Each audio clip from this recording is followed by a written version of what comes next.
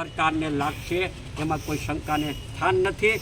અને બીજો મુદ્દો એ છે કે યુપીએ ગવર્મેન્ટ વખતે ડૉક્ટર મનમોહન સિંહ વડાપ્રધાન હતા ત્યારે દેશના ખેડૂતોના 78,000 કરોડ રૂપિયાનું દેવું સંપૂર્ણપણે માફ કરવામાં આવેલું હતું।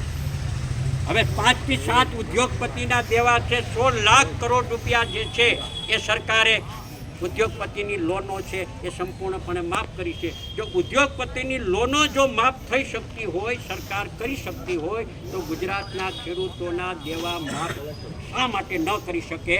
આ અમારો સવાલ છે અને સરકાર સામે અમારી માંગણી। જમીન માપણીની અંદર જે આજ સુધી હજી ગોટાળાઓ થયા છે અને કરોડો રૂપિયા જે તે એજન્સીને ચૂકવી દીધા છે અને હજી ખેડૂતોના જમીનના માપણીના પ્રશ્નો એમને ઊભા છે। એટલે જમીન માપણી જે કરી છે એ સંપૂર્ણપણે રદ કરવામાં આવે અને ખેડૂતોના આ બધા પ્રશ્નોના માંગણી સાથે અને ખાસ ખેડૂતોનું દેવું માફ કરવા માટે ઉના અને ગીર ગઢડા કોંગ્રેસ પરિવાર અને બંને તાલુકાના ખેડૂતો એ આજે સર્કિટ હાઉસથી પદયાત્રા કરીને પ્રાંત કચેરી સુધી આવ્યા છે।